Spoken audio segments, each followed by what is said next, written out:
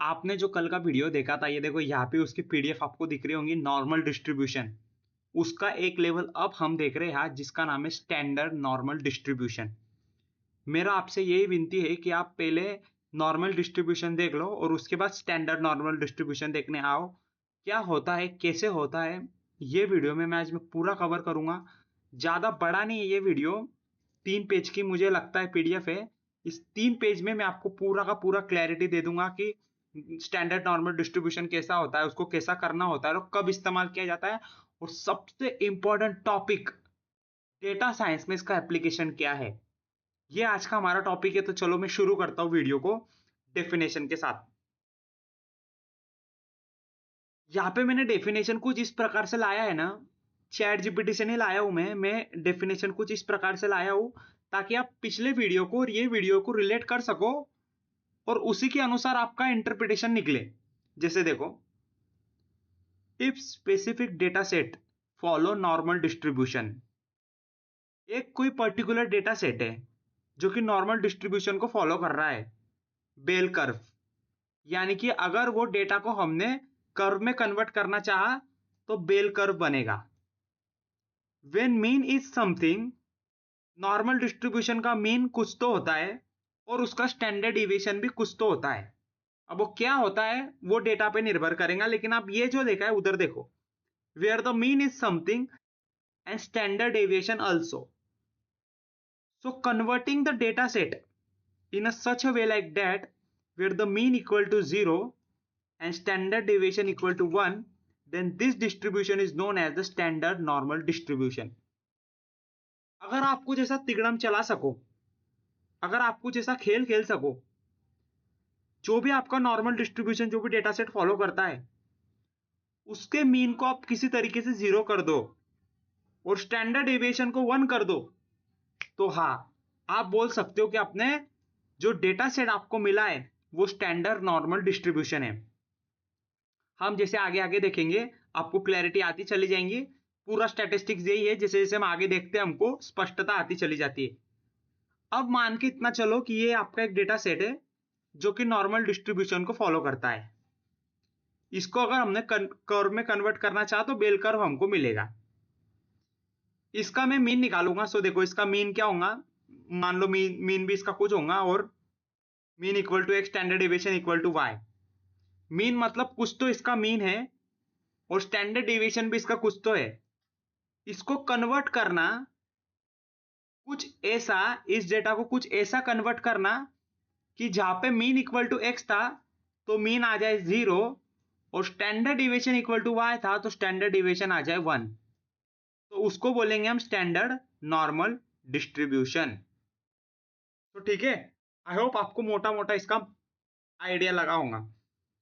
अब यहाँ पे क्वेश्चन मार्क आ जाता है कि एक पर्टिकुलर डेटा सेट का जहाँ पे मीन कुछ तो है और स्टैंडर्ड डेविएशन कुछ तो है, उसको अगर हमको ऐसे डेटा सेट में कन्वर्ट करना है जिसका मीन 0 है और स्टैंडर्ड डेविएशन 1 आए, तो कन्वर्ट करने के लिए हम कैसे कन्वर्ट करेंगे, तो उसको बोलते हैं हम Z score, by using Z score. Z score का इस्तेमाल करके हम हमारे डेटा सेट को कन्वर्ट कर सकते हैं और जेड स्कोर का फॉर्मूला ये होता है। इसको रियल लाइफ में इंप्लीमेंट भी करके देखेंगे। अब देखो, मैंने आपको डायरेक्ट यहाँ पे लाइव एग्जांपल दिखाया है। एक एग्जांपल लिया हूं जहां पे जो है ना हमारा एक्स ये है जो कि नॉर्मल डिस्ट्रीब्यूशन फॉलो करता है। इसका मैंने मीन निकाला तो मीन मुझे 3 मिला। मीन कैसे निकालेंगे, 5 plus 4 plus 3 plus 2 plus 1 divided by n. N कितना है, 5, तो वो 15 आएगा। 15 डिवाइडेड बाय 5 कितना होगा आपका 3।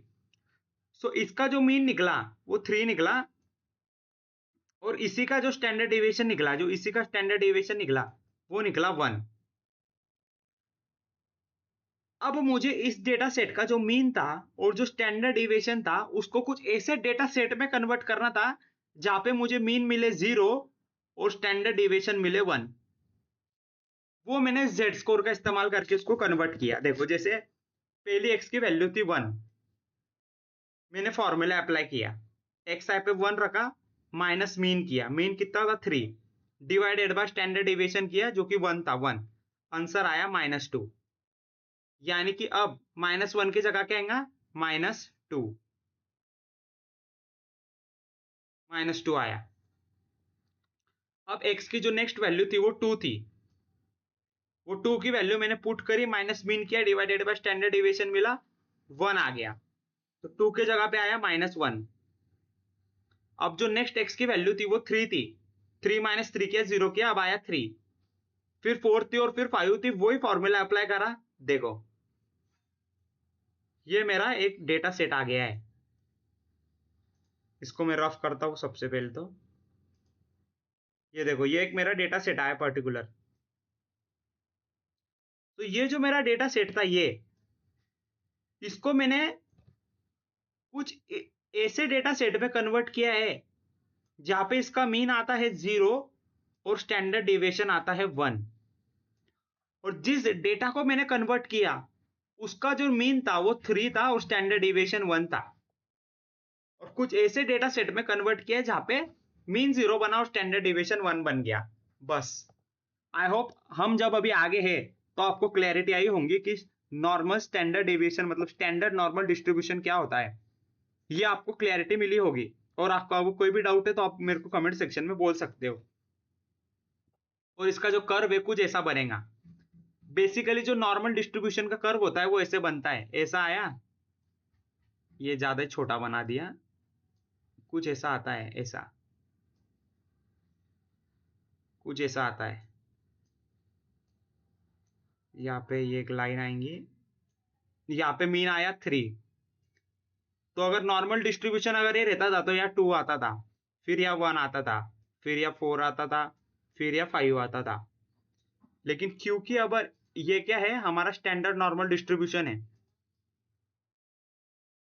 रफ कर दो, रफ कर दो, रफ कर दो। सो जो कि हमारा स्टैंडर्ड नॉर्मल डिस्ट्रीब्यूशन है, तो देखो यहाँ पे आया 0 और उसके लेफ्ट साइड में जितने भी नेगेटिव वैल्यूज है वो आएंगी और राइट साइड में हमारी जितने भी पॉजिटिव वैल्यू है वो आएंगी। वो हमारा लाइन स्केल नंबर स्केल नहीं रहती क्या, बिल्कुल वैसी। हमने कुछ 6th-7th में देखा था, आपने भी देखा होगा लगता।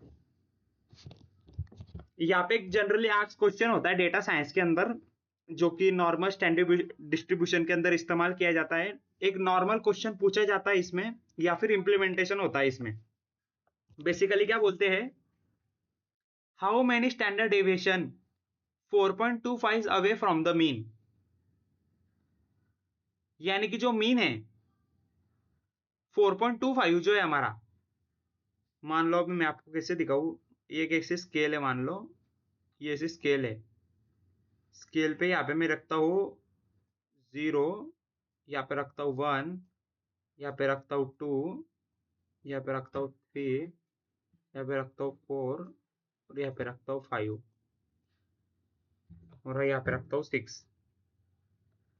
और मान के चलो ये पूरा का पूरा जो स्केल है इसका जो मीन ये आया है, मीन ये मीन आया है 4। ऐसा अब अभी आप मान के चलो, मेरे को नहीं मालूम है कि इसका मीन कितना है, जो भी होगा इसका मीन हम कैलकुलेट कर लेंगे। एक जनरली आस्क्ड क्वेश्चन है जो मैंने सीखा था, जो मैं चाहूँ आपको सिखाऊं और आपके साथ शेयर करूं। ये आपके पास डेटा सेट है, इसका मीन आता है 4। सो अगर ऐसा क्वेश्चन आए कि 4.25 कितना अवे है मीन से, तो यहाँ पे आपको जेड स्कोर का ही फॉर्मूला लगाना है। एक्स आई की वैल्यू कितनी होंगी, ये 4.25 जो कि आपने यहाँ पे पुट करनी है, मीन की वैल्यू पुट करो, डिवाइडेड बाय स्टैंडर्ड डेविएशन कर लो, तो आपको मिलेगा 0.25। इसका मतलब क्या हुआ कि जो 4.25 है वो 0.25 है standard deviation away from the mean. यानी कि जो 4.25 है वो 0.25 अवे है standard deviation from the mean. ठीक है, और अब इसका एप्लीकेशन देखते हैं, हमें लास्ट पार्ट है वीडियो का। देखो बस इतना ही था कि application of standard normal distribution क्या होता है। मान लो कि आपने पूरा डेटा साइंस सीख लिया है, आपको पूरा आता है डेटा साइंस। अब आपको एमएल मॉडल ट्रेन करना है वो डेटा को लेके। बेसिकली हमारा मोटिव क्या है, ये कोर्स आपको कहाँ लेके जा रहा है कि डेटा के आधार पे एमएल मॉडल को ट्रेन करना है हमको, और एमएल मॉडल क्या करे, वो डेटा के आधार पे हमको डिसीजन दे। वो एमएल मॉडल क्या करे, डेटा के आधार पे हमको यूजफुल इंफॉर्मेशन दे।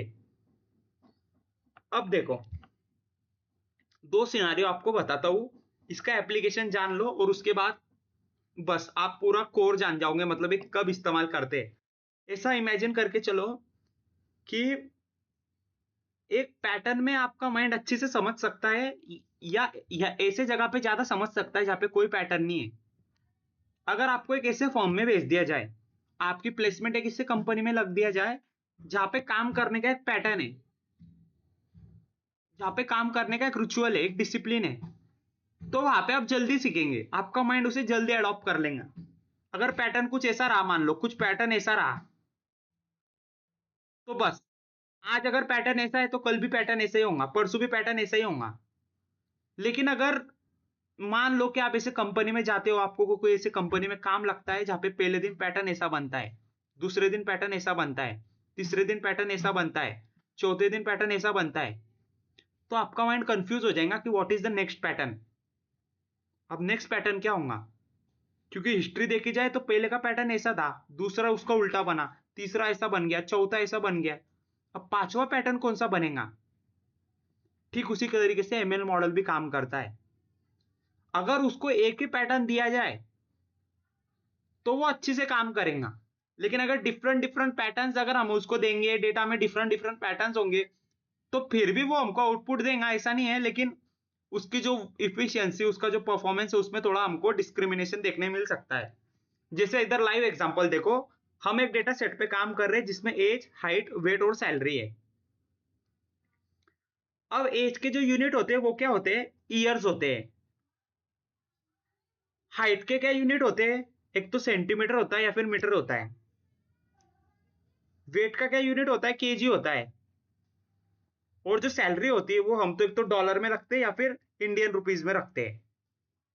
अब यहाँ पे चारों के चारों जो कॉलम्स है, that is age, height, weight और सैलरी, ये सबके जो यूनिट है वो अलग अलग है, यानी कि पैटर्न अलग अलग है।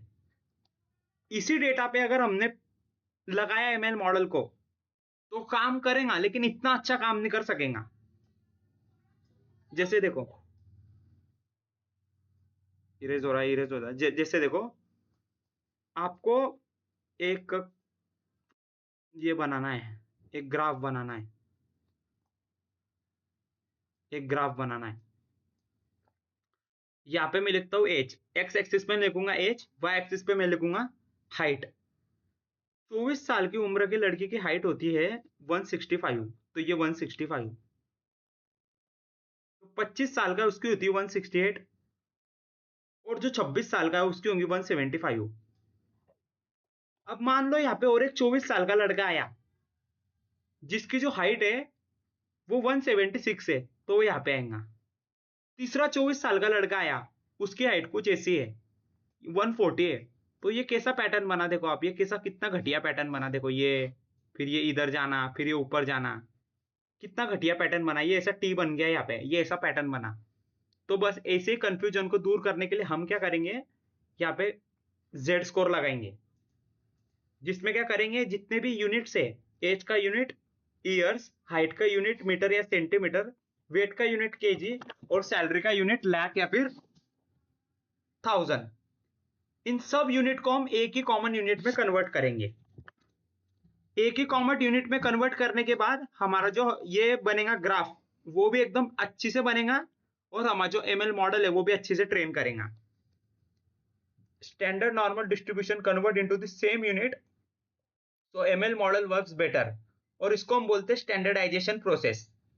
यानी कि मल्टीपल यूनिट्स थे आपके पास और आपने उन सबको एक ही यूनिट पे कन्वर्ट करा, तो इस पूरी प्रक्रिया को बोला जाता है स्टैंडर्डाइजेशन प्रोसेस।